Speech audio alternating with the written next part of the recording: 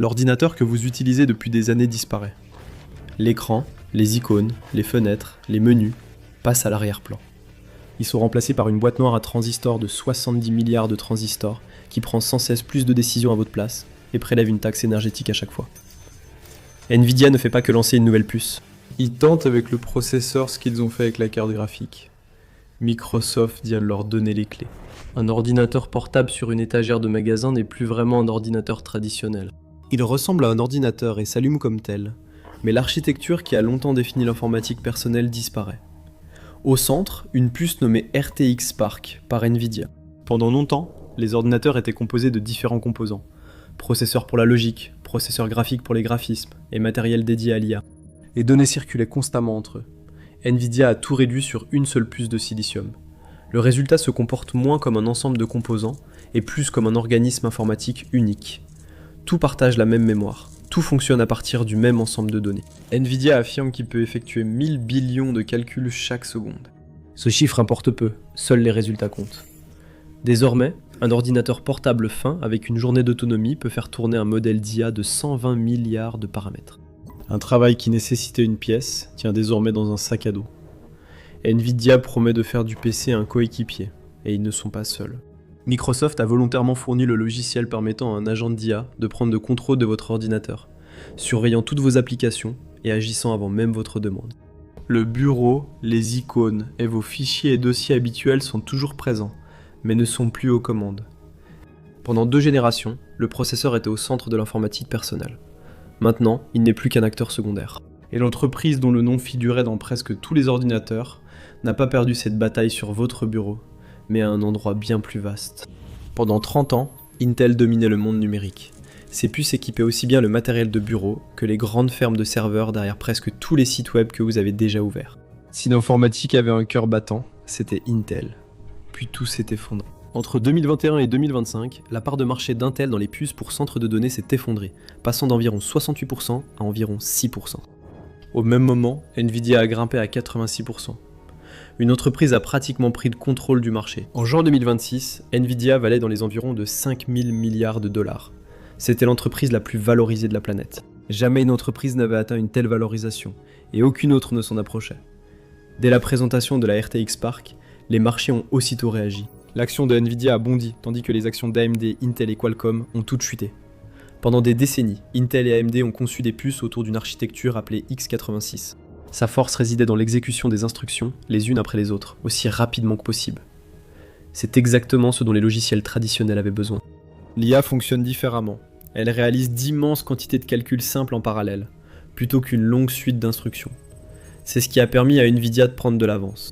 Ces puces graphiques étaient conçues pour résoudre des milliers de problèmes simultanément, comme l'exige le rendu d'un jeu vidéo. Quand l'IA est devenue centrale en informatique, Nvidia n'a pas eu à se réinventer. L'avenir était déjà optimisé. Intel a vu la menace et a contre-attaqué.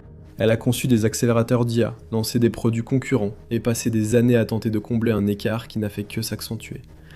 L'entreprise, autrefois leader de l'industrie, peinait désormais à suivre.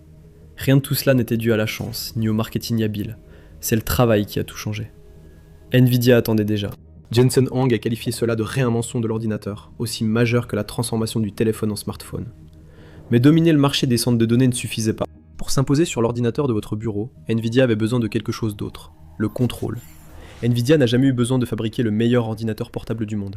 Il lui suffisait de s'assurer que chaque ordinateur portable digne d'être acheté fonctionnait avec ses produits.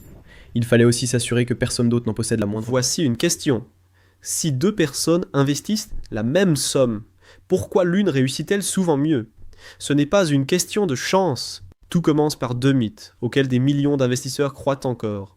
Démystifions-les avec le sponsor d'aujourd'hui, Mintos. Mythe numéro 1. Les actions sont le seul moyen de faire croître régulièrement votre épargne. Eh bien, les actions sont volatiles. Le S&P 500 américain connaît de fortes baisses chaque année. Et en 2025, il a chuté de près de 19% avant de se redresser. Cela peut être stressant et amener de nombreux investisseurs à faire des erreurs coûteuses sous le coup de l'émotion. Mythe numéro 2. Les actifs à revenus fixes sont compliqués. Ils ne sont pas destinés aux investisseurs ordinaires. En réalité, investir dans le revenu fixe est plus simple que vous ne le pensez. Le marché européen de l'investissement alternatif pour les particuliers a presque doublé en seulement 5 ans. C'est là que Mintos entre en jeu. Mintos est une plateforme facile à utiliser qui vous permet d'investir dans des prêts, des obligations et de l'immobilier en seulement quelques clics. L'objectif est simple. Gagnez un revenu régulier sans dépendre des hauts et des bas du marché boursier et répartissez les risques.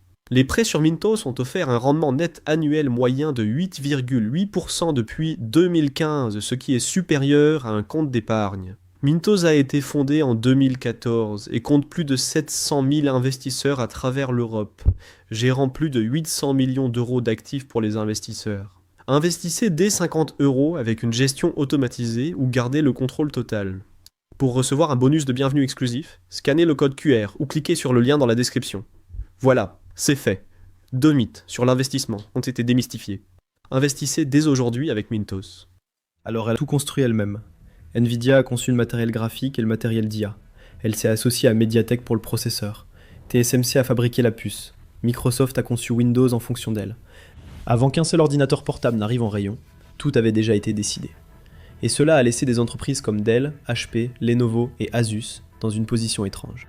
Ce sont les entreprises auprès desquelles vous achetez, mais elles reçoivent seulement le même module fini. Elles conçoivent le boîtier, le système de refroidissement, la batterie et les ports, installent Windows et expédient le produit. Elles n'ont ni processeur, ni carte graphique, ni logiciel d'IA définissant les capacités de la machine. Les marques sur le couvercle sont juste celles qui ont assemblé le boîtier. Nvidia réalise environ 75 centimes de bénéfices bruts par dollar vendu, ce qui est presque du jamais vu pour un fabricant de matériel physique. Les assembleurs d'ordinateurs portables ne gagnent que quelques pourcents, la majorité de la valeur partant avant la sortie d'usine. Plus ils expédient d'unités, plus le déséquilibre augmente. Rien de tout cela ne se voit dans le prix affiché, mais cela détermine qui a le pouvoir. Il y a un autre élément dans ce transfert de pouvoir.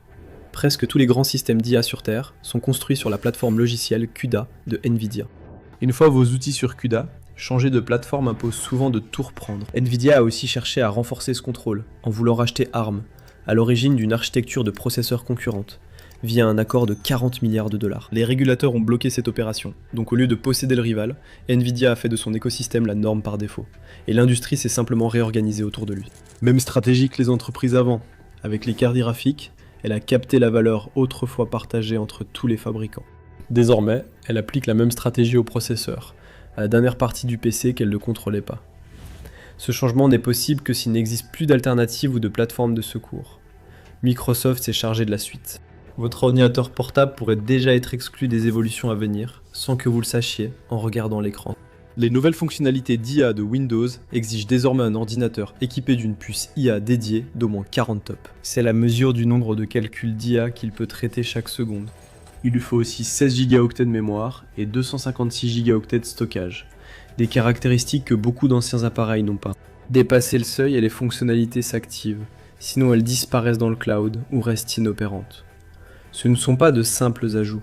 Cela inclut la traduction en direct pendant que vous parlez, la génération d'images sur l'appareil, des recherches plus intelligentes et une mémoire retraçant tout votre travail.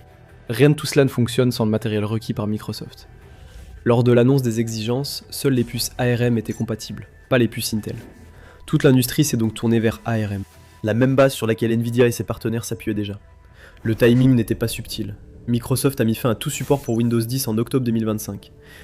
Cela a déjà incité de nombreuses personnes à acheter quelque chose de nouveau, qu'elles le veuillent ou non. Le grand renouvellement fut le plus vaste échange forcé de matériel depuis des années, et les machines franchissant le cap le plus aisément sont celles reposant sur la conception de Nvidia. Les anciens programmes x86 ne fonctionnent pas directement sur ces nouvelles puces. Windows les traduit en temps réel via Prism, permettant ainsi leur ouverture. Ils sont simplement plus lents et n'utilisent jamais toute la puissance de la puce. Les anciens logiciels fonctionnent en mode invité. Les ventes du RTX Spark ont d'ailleurs dépassé le seuil fixé par Microsoft. La référence de base est de 40 tops et Nvidia affirme que cette puce dépasse le millier. C'est plus de 20 fois ce que Windows demande, et c'est bien là l'essentiel. La puce n'est pas conçue pour simplement répondre aux fonctionnalités d'aujourd'hui, elle est conçue pour ce qui viendra après. Tout ce qui est en dessous de cette barre est déjà dépassé. La puce gère des modèles d'IA trop lourds pour un ordinateur portable classique et maintient un assistant actif en continu, même sans votre présence. Quand la majorité des logiciels sont créés pour ce nouveau niveau, la mise à niveau devient incontournable. Ces ordinateurs ne s'arrêtent jamais vraiment. Les assistants IA restent partiellement actifs, prêts à agir. Certains fonctionnent toute la nuit pour finir les tâches pendant votre sommeil, ce qui a un coût. La question du montant exact suscite de nombreux débats. L'Agence internationale de l'énergie, reprise par l'Electric Power Research Institute en 2024, estime qu'une seule requête d'IA consomme environ 2,9 Wh d'électricité, contre environ 0,3 pour une simple recherche web. C'est environ 10 fois plus. Ainsi, les milliards de requêtes quotidiennes pourraient ajouter près de 10 TWh par an, bien que certains chercheurs contestent ce chiffre. L'institut de recherche Epoch IA ainsi que Sam Altman d'OpenIA affirment que le chiffre réel est bien plus bas. Ils ont affirmé que les nouveaux modèles avaient ramené une requête classique au niveau d'une recherche normale, réduisant ainsi vite le coût par question. Nous posons des questions de plus en plus souvent. Une vieille idée en économie affirme que lorsque quelque chose devient plus abordable et facile à utiliser, son usage augmente au lieu de diminuer. Un assistant accessible sans effort est constamment utilisé, même pour des tâches si petites qu'on n'aurait jamais fait appel à un ordinateur auparavant. Le coût n'est pas dans un centre de données lointain auquel vous ne pensez jamais, mais sur vos genoux. La machine chauffe plus, le ventilateur fonctionne plus souvent. La batterie qui durait la journée réclame maintenant un chargeur dès l'après-midi, et les effets se font sentir ailleurs. Les propres émissions de Microsoft ont augmenté de près de 30% depuis 2020, en raison des centres de données qui alimentent ces systèmes. Plus le logiciel est performant, plus il consomme d'électricité en arrière-plan lors de chaque utilisation. Toutes les entreprises ont été confrontées à ce problème simultanément. Un processeur classique suit efficacement des règles, exécutant les instructions une à une et prenant à chaque fois une décision claire, oui ou non. C'était parfait pour tout, des tableurs à la réservation de vol, où chaque action dépend de la précédente. L'IA moderne ne fonctionne pas du tout par étapes claires, elle fonctionne en devinant. Elle réalise d'innombrables calculs arithmétiques sur des milliards de valeurs pour trouver la meilleure réponse. Chaque mot écrit par une IA lance des milliards de calculs simultanés. Même une réponse brève peut exiger des milliers de milliards de calculs. Il n'y a pas de raisonnement clair, seulement un vaste nuage de possibilités résolues instantanément.